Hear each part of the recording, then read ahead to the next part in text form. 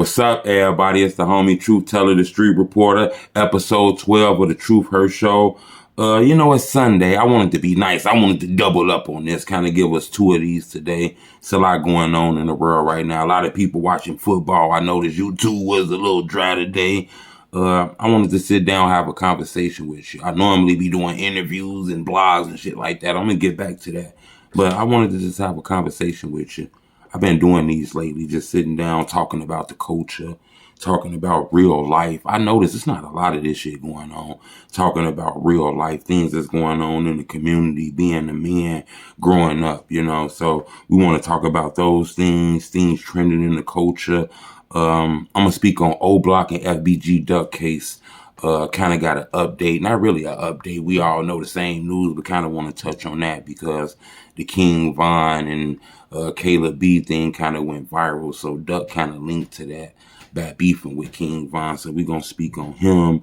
We're going to talk on Lil Durk. He want to stop the dissing. He not chasing the dead no more. I spoke on that a little while ago, but that's going viral. It seemed like people didn't notice that. But Oblock 5. I didn't talk to a lot of people close to this case. I broke the news that somebody told me that Los is actually involved in this case and he shouldn't be involved in this case. I was told that actually, I want to be honest with you now, I was told that all these guys didn't have nothing to do with this, but I was told directly that Los had nothing to do with this, that he was just thrown in this because I guess some of his property was used in this. That's not to say the other guys had something to do with this, but I was just told Los really didn't have nothing to do with this. But then again, the feds is claiming, they got camera work, license plate readers, all kind of shit. So, I'm not here to say who right or wrong. I'm just here to tell you the news. This trial is going to be October 2nd. It's going to start next year, October 2nd. So he got a fall trial date.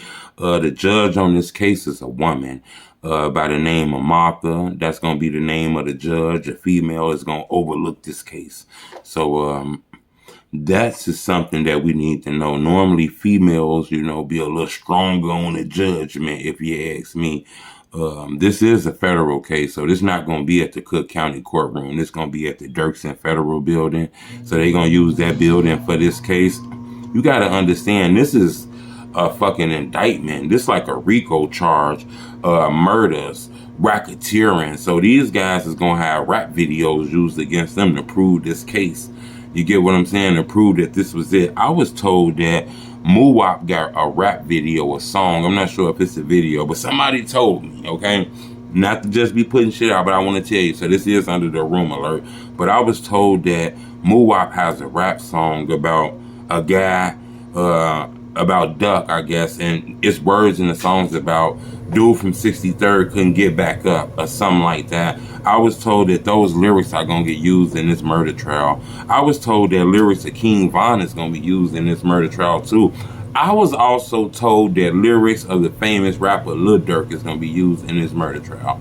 Now, I'm not sure. I think Durk is big. He got a big time lawyer. I'm pretty sure he can file a junction or a motion to make sure his name is not brought up and shit like this to put him and link him in this. Not saying link him in this, but just to have his name in the transcripts.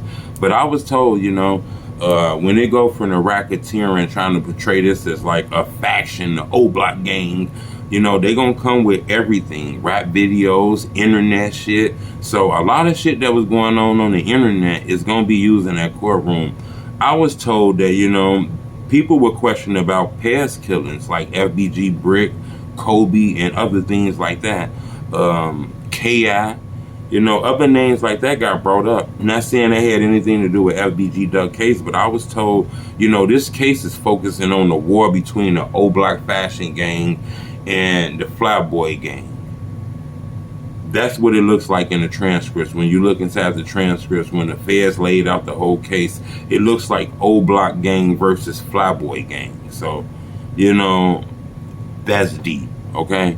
So, I don't know. I think Durk's smart by saying he not going to do the dissing and shit like that no more. We going to get into that, but I want to give you that update on that. That, this trial is going to start. It's going to be in October. It's a woman judge, so... And it's going to be in the federal building. I'm not really sure exactly what's going to happen. I hear a lot of rumors that they got videotape all kind of shit, you know. It's a piece of me that feel like, you know, these guys could have threw their life away, according to what the feds is claiming. But just because the feds say you did something don't mean you did it.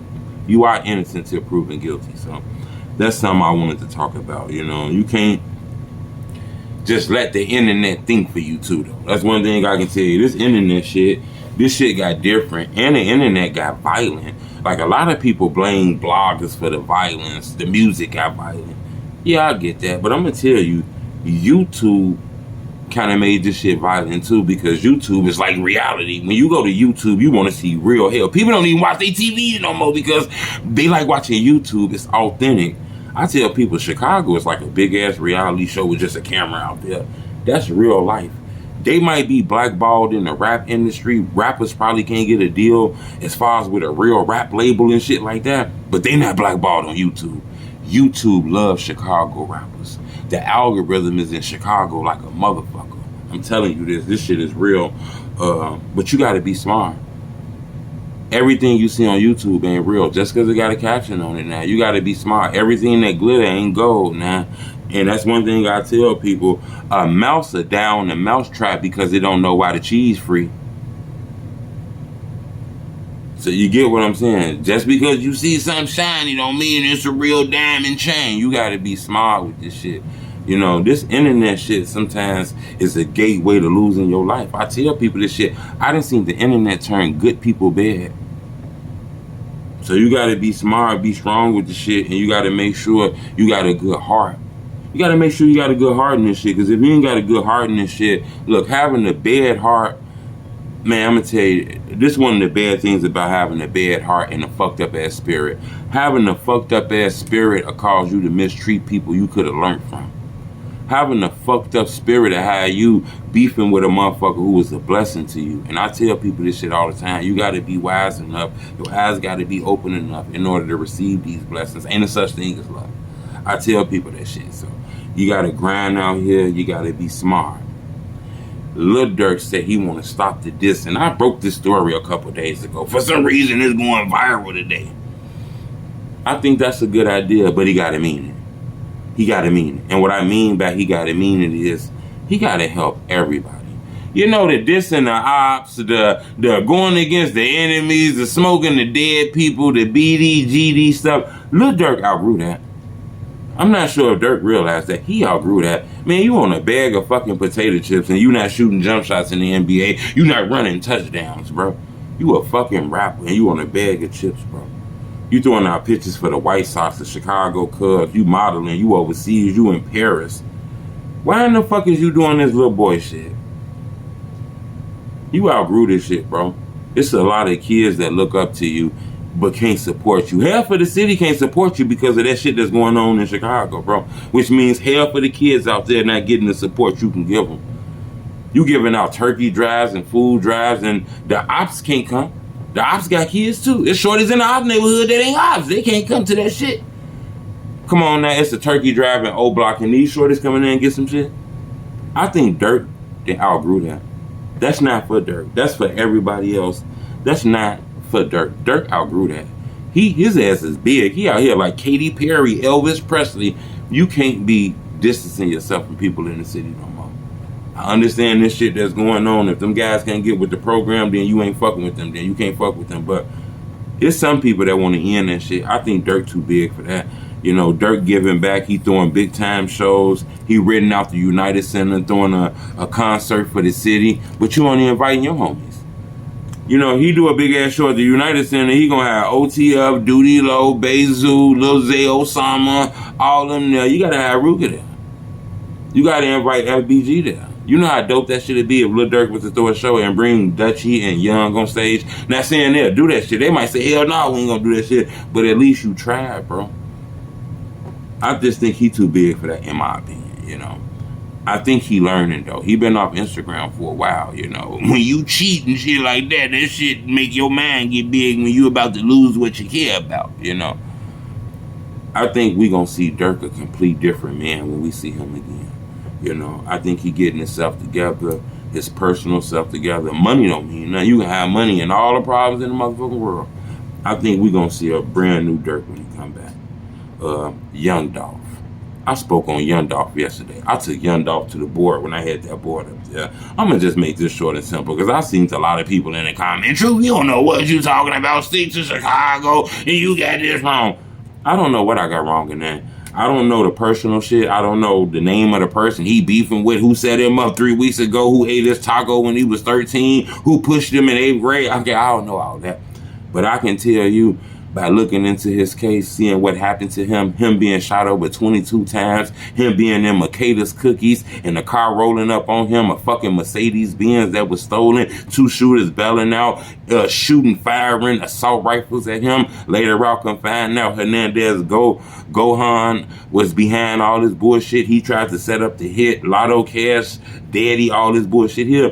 When I look into that shit, first thing come to my head is, Dolph done been shot at before multiple times. Hell, he didn't even been shot multiple times. He made songs about it, 100 shots. His car was shot up damn near 100 times. There's people tried to take his life. We know he had problems going on in Memphis in his past. He did shit in his past. He had enemies in his past. He had ops in his past. He had people who didn't like him in his past.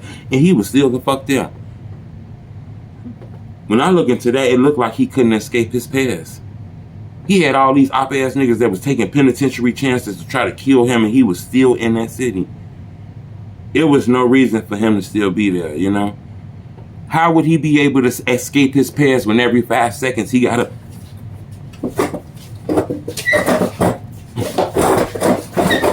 Everywhere he went, the motherfuckers was right there. So, that's what I see. You know, I understand that this shit that happened in the past. And I'm going to tell you another thing when I looked into Dolph's case. It looked like Dolph had 1 feet in the game and 1 feet still in the street shit. It looked like that.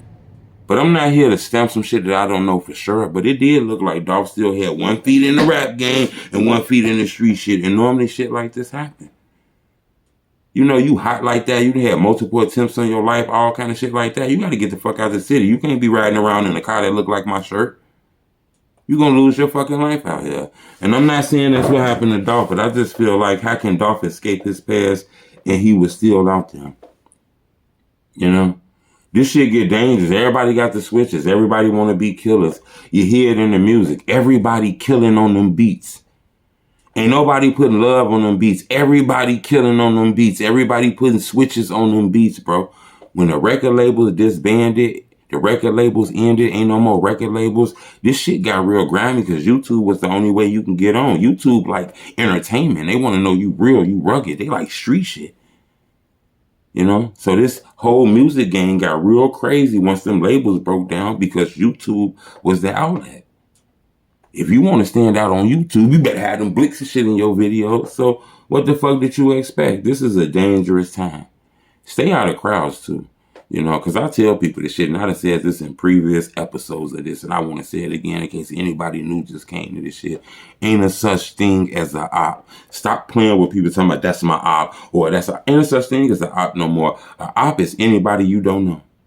That's how dangerous this shit got. If you don't know, dude, man, dude that's a op. Hey, bro, that motherfucker out. His ass a op. He ain't no op. You ain't never seen that man a day in your motherfucking life.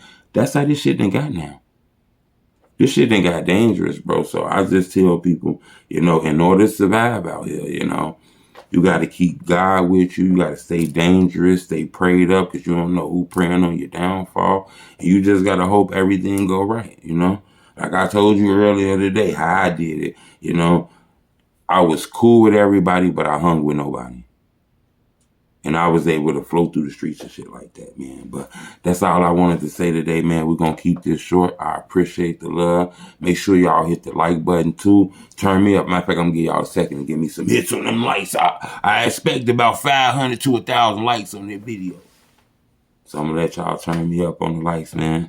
Y'all get a chance. Subscribe to my YouTube channel. Follow me on Instagram at Truth Teller TV. Got a lot of interviews finna be coming, man. Finna be dropping. I'm gonna take Truth Teller TV on the road. We about to get ready and go back to Atlanta.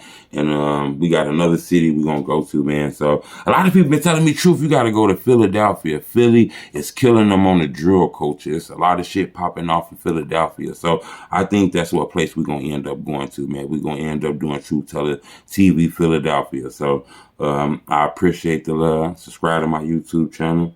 It's the homie Truth Teller Street Reporter. Bleh, bleh, bleh, bleh, bleh.